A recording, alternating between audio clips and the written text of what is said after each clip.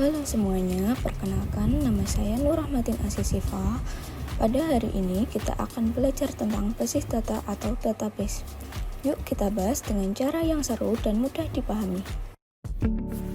Di era digital, di mana hampir semua aktivitas manusia menghasilkan data, mulai dari scrolling di media sosial, transaksi e-commerce, hingga penggunaan kartu BPJS, semuanya menghasilkan jejak digital yang tersimpan dalam database. Data yang dihasilkan setiap hari sangat luar biasa banyaknya, menurut laporan dari International Data Comparison (IDC). Nah, disinilah basis data berperan bukan hanya menyimpan, tapi juga mengelola, mengatur, dan mengamankan data agar tetap bermanfaat dan mudah diakses.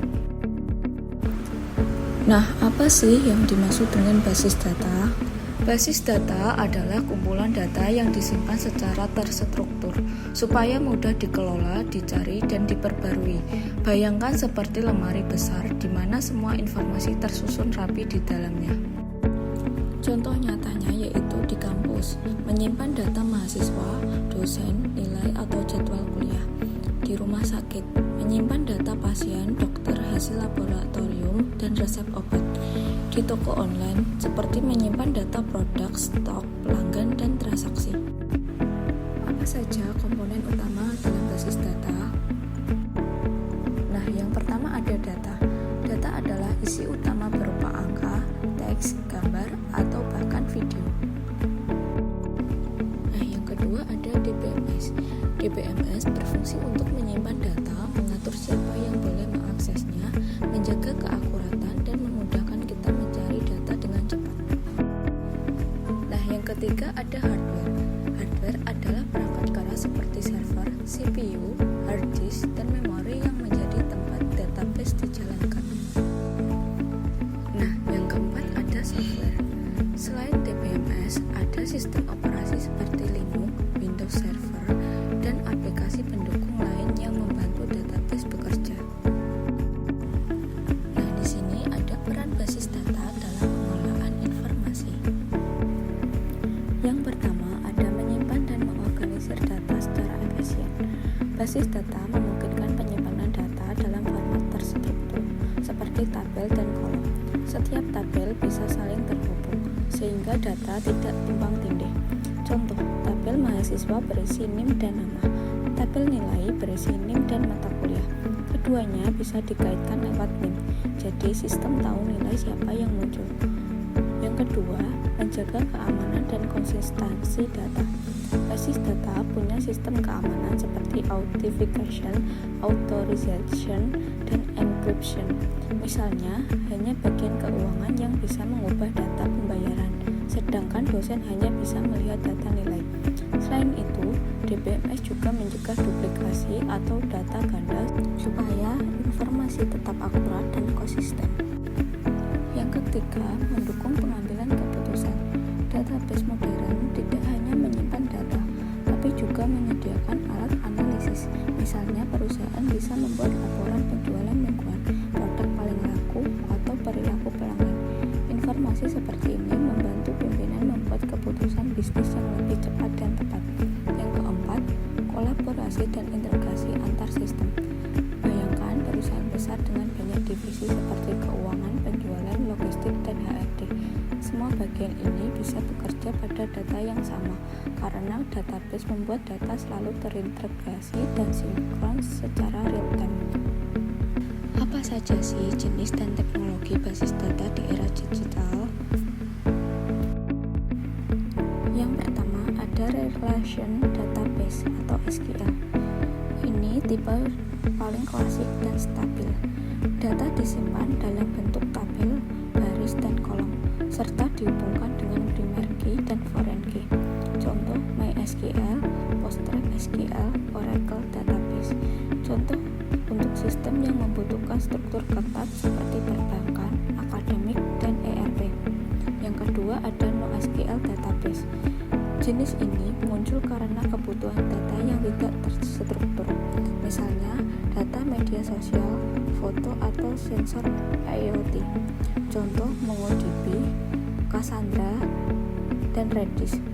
Kelebihannya fleksibel, cepat, dan bisa menyimpan data dalam format dokumen atau dokumen oriented. Yang ketiga, cloud database. Sekarang banyak organisasi beralih ke cloud database seperti Amazon RDS, Google Cloud SQL, atau Microsoft Azure. Kelebihannya, tidak perlu membeli server fisik, bisa diakses dari mana saja dan skalanya bisa disesuaikan dengan kebutuhan. Yang keempat, ada big data dan AI database. Dengan munculnya teknologi big data, database seperti Hadoop dan Spark digunakan untuk menganalisis data dalam jumlah besar, bahkan jutaan data per detik. Database modern juga mendukung machine learning dan artificial intelligence agar analisis bisa dilakukan otomatis. Nah, selanjutnya, bagaimana sih contoh implementasi di dunia nyata? Yang pertama, ada e-commerce. Untuk menyimpan data produk, transaksi, pelanggan, dan ulasan, contoh Tokopedia dan Shopee. Yang kedua, ada perbankan. Mencatat semua transaksi nasabah, saldo, dan pinjaman secara aman. Yang ketiga, ada rumah sakit. Untuk mengolah data pasien, dokter, hasil lab, serta jadwal kunjungan. Yang keempat, pendidikan. Sistem informasi akademik seperti SIAKAD untuk menyimpan data mahasiswa, nilai, dan jadwal. Yang kelima, ada media sosial untuk menyimpan profil, postingan, komentar, dan hubungan antar pengguna seperti di Instagram dan Facebook. Apa saja sih tantangan dalam pengelolaan basis data? Yang pertama, ada keamanan data. Banyak kasus kebocoran data pengguna, jadi penting banget menerapkan enkripsi dan otorisasi akses. Yang kedua, ada volume data besar. Semakin banyak pengguna, semakin besar pula data yang harus disimpan. Yang ketiga, ada konsistensi data. Dalam sistem besar, menjaga agar semua data tetap sinkron adalah tantangan besar. Yang keempat, ada backup dan recovery. Sistem harus bisa cepat memulihkan data jika terjadi kerusakan atau bencana. Yang kelima, ada etika dan privasi. Pengguna data harus mematuhi regulasi seperti GDPR dan UU Perlindungan Data Pribadi. Nah, di sini bagaimana sih masa depan basis data? Nah, yang pertama ada self-driving database. Database yang bisa memperbaiki dan mengoptimalkan dirinya sendiri dengan bantuan AI. Yang kedua, ada blockchain database. Data disimpan di banyak node sehingga lebih aman dan transparan. Yang ketiga, ada edge database. Menyimpan data di perangkat terdekat pengguna agar akses lebih cepat, berguna untuk IoT. Yang keempat, ada integrasi dengan AI. Database bisa langsung digunakan untuk melatih model kecerdasan buatan tanpa perlu menyalin data. Nah, dari semua bisa diambil kesimpulan bahwa basis data adalah fondasi utama pengelolaan informasi di era digital. Dengan database, data bisa disimpan, diatur, dan diakses dengan cepat serta aman. Di dunia yang serba online seperti sekarang, hampir semua sistem dari bisnis, pendidikan, hingga media sosial bergantung pada database.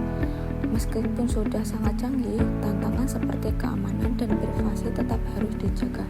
Jadi, memahami cara bekerja basis data adalah hal penting bagi siapapun yang ingin sukses di dunia digital. Nah, teman-teman, sekarang kita jadi tahu ya, kalau basis data itu bukan cuma tempat buat nyimpan data saja, tapi juga fondasi utama dari semua sistem digital di era sekarang. Mulai dari rumah sakit, kampus, sampai media sosial, semuanya bergantung banget sama database. Makasih udah belajar bareng aku hari ini. Semoga penjelasannya bermanfaat ya.